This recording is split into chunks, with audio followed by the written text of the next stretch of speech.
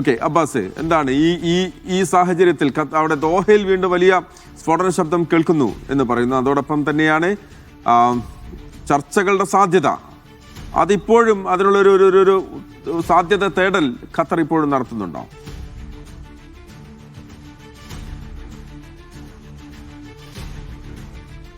മഹേഷ്, ഖത്തറിനെ സംബന്ധിച്ചിടത്തോളം ഇന്ന് 2 സ്ഫോടനങ്ങളാണ് ദോഹയിൽ റിപ്പോർട്ട് ചെയ്തത്. ഒന്ന് പുലർച്ചെ 1:30-2 മണിയോടെയായിരുന്നു. അത് ഒരുപാട് ആളുകൾ അത് കേൾക്കുകയും അത് അതിഭയങ്കരമായ ശബ്ദത്തിലാണ് ഈ മിസൈലിൻ്റെ ഇൻ്റർസെപ്ഷൻ നടന്നത്. അതിനുശേഷം ഇന്ന് ഏകദേശം ഖത്തർ സമയം 7-7:30-ക്കും ഒരു 7:45-നും ഇടയിലാണ് വീണ്ടും ഒരു ഇൻ്റർസെപ്ഷൻ നടക്കുന്നത്. അതും വലിയ ശബ്ദത്തിൽ ഇവിടെ കേൾക്കാമായിരുന്നു. അത് ഇൻ്റർസെപ്ഷൻ നടന്നു എന്നതൊഴിച്ചാൽ ഇക്കാര്യത്തിൽ കാര്യമായ നാശനഷ്ടങ്ങളോ അതേതെങ്കിലും സ്ഥലത്ത് പതിച്ചതായിട്ടോ അതിൻ്റെ അവശിഷ്ടങ്ങൾ പതിച്ചതായിട്ടോ വിവരങ്ങളില്ല. അതുമായി ബന്ധപ്പെട്ട ഡിഫൻസിൻ്റെ പ്രതിരോധ മന്ത്രാലയത്തിൻ്റെ വാർത്താക്കുറിപ്പ് കൂടി നമ്മൾ പ്രതീക്ഷിക്കുന്നുണ്ട്. ഇതുവരെ ഒഫീഷ്യലി അത് പ്രതികരിച്ചിട്ടില്ല. എങ്കിൽ രാവിലെ നടത്തിയ ഈ ആക്രമണം നിഷ്ഫലമാക്കിയതിന് പിന്നാലെ 2 ബാലിസ്റ്റിക് മിസൈലുകൾ പ്രതിരോധിച്ചു എന്ന് പ്രതിരോധ മന്ത്രാലയം വാർത്താക്കുറിപ്പിൽ വ്യക്തമാക്കിയിരുന്നു. ഇതിന് പിന്നാലെയാണ് ഏകദേശം ഈ ആക്രമണം 4 ദിവസം പിന്നിടുന്ന വേളയിലാണ് ഖത്തർ ഇക്കാര്യത്തിൽ ഒരു ഒഫീഷ്യലി വിദേശകാര്യ മന്ത്രാലയത്തിൻ്റെ ഭാഗത്തു നിന്നുള്ള വാർത്താ സമ്മേളനം ഉണ്ടാകുന്നത്. വിദേശകാര്യ മന്ത്രാലയം വക്താവും അതുപോലെ ഖത്തർ പ്രധാനമന്ത്രിയുടെ ഉപദേഷ്ടാവുമായ ഡോക്ടർ മാജിദ് അൽ അൻസാരിയാണ് വിദേശകാര്യ മന്ത്രാലയം ഓഫീസിൽ ഇതുമായി ബന്ധപ്പെട്ട വാർത്താ സമ്മേളനം വിളിച്ചത്. നമ്മളതിൽ പങ്കെടുത്തിരുന്നു. അന്താരാഷ്ട്ര മാധ്യമങ്ങളടക്കം ഈ വാർത്താ സമ്മേളനത്തിൻ്റെ ഭാഗമായിരുന്നു.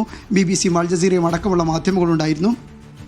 ഈ മജീദ് അൽ അൻസാരിയുടെ പ്രധാനപ്പെട്ട വാർത്താ സമ്മേളനത്തിൽ പ്രധാനമായിട്ടും 7 കാര്യങ്ങളാണ് അദ്ദേഹം ഇന്ന് ഊന്നി പറഞ്ഞത്. അതിൽ ഒന്നാമത്തെ കാര്യം ഹമദ് അന്താരാഷ്ട്ര വിമാനത്താവളത്തെ ഇറാൻ ലക്ഷ്യമിട്ടിരുന്നു എന്നുള്ളതാണ്. ഈ അന്താരാഷ്ട്ര വിമാനത്താവളത്തെ ലക്ഷ്യമിട്ടുവെങ്കിലും അതിനെ ഖത്തറി വ്യോമസേന ആക്രമണത്തെ നിഷ്ഫലമാക്കി എന്ന് അദ്ദേഹം ഈ ഒരു വാർത്താ സമ്മേളനത്തിൽ വെളിപ്പെടുത്തുകയുണ്ടായി. രണ്ടാമതായി, ഇറാൻ സൈനിക കേന്ദ്രങ്ങൾ മാത്രമല്ല ആക്രമിച്ചത്, അതോടൊപ്പം മറ്റു ഭൂപ്രദേശങ്ങളിലും കൂടി ഇറാൻ്റെ ആക്രമണങ്ങൾ ഉണ്ടായി എന്നുള്ളതാണ്. ഇത് പറയുമ്പോൾ നമ്മൾ മനസ്സിലാക്കേണ്ടത് ഏതെങ്കിലും തരത്തിലുള്ള ജനവാസ മേഖലയിലേക്കോ അല്ലെങ്കിൽ ആളുകൾ താമസിക്കുന്ന ഇടത്തേക്കോ ഇതുവരെ ഇറാൻ്റെ ആക്രമണം ഉണ്ടായിട്ടില്ല. എന്നാൽ ഇദ്ദേഹം ഇതുകൊണ്ട് ഉദ്ദേശിച്ചത് ഇന്നലെ വ്യാവസായിക നഗരങ്ങളായ മിസൈദിലും അതേപോലെ റാസ് ലഫാനിലും ഉണ്ടായ ആക്രമണങ്ങളാണ്. അപ്പം അഥവാ ഇതിനു മുമ്പുള്ള ആദ്യ ദിവസങ്ങളിൽ അൽ ഉദൈദ് ബേസ് ലക്ഷ്യമാക്കി, അഥവാ ഖത്തറിൽ US-ൻ്റെ വ്യോമത്താവളമാണ്. ഈ താവളത്തെ ലക്ഷ്യമാക്കിയാണ് ആക്രമണം നടന്നതെങ്കിൽ പിറ്റേ ദിവസങ്ങളിലാണ് ഇങ്ങനെ ഊർജ്ജ കേന്ദ്രങ്ങൾക്ക് നേരെയുള്ള ആക്രമണം ഉണ്ടാകുന്നത്. അതാണ് അദ്ദേഹം അതിൽ പറഞ്ഞിരുന്നത്. മൂന്നാമതായി, നിലവിൽ ഇറാനുമായി യാതൊരു തരത്തിലുള്ള ആശയവിനിമയവും ഖത്തർ നടത്തുന്നില്ല എന്നുള്ളതാണ്. നാലാമതായി അദ്ദേഹം പറഞ്ഞത് ഗൾഫിൽ മൊസാദിൻ്റെ സെൽ പ്രവർത്തിക്കുന്നുണ്ടോ എന്നൊരു ചോദ്യം ഉണ്ടായിരുന്നു. അത്തരത്തിലുള്ള സെൽ ഇവിടെ പ്രവർത്തിക്കുന്നതായിട്ട് തങ്ങൾക്ക് അറിവില്ല എന്നുകൂടി അദ്ദേഹം വ്യക്തമാക്കുകയുണ്ടായി.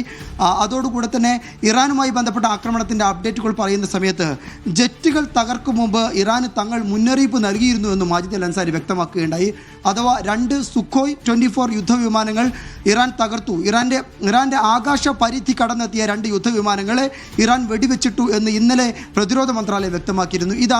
ഇത് തകർക്കുന്നതിന് മുമ്പ് തങ്ങൾ ഇറാനെ അറിയിച്ചിരുന്നു എന്ന് അദ്ദേഹം വ്യക്തമാക്കുന്നു.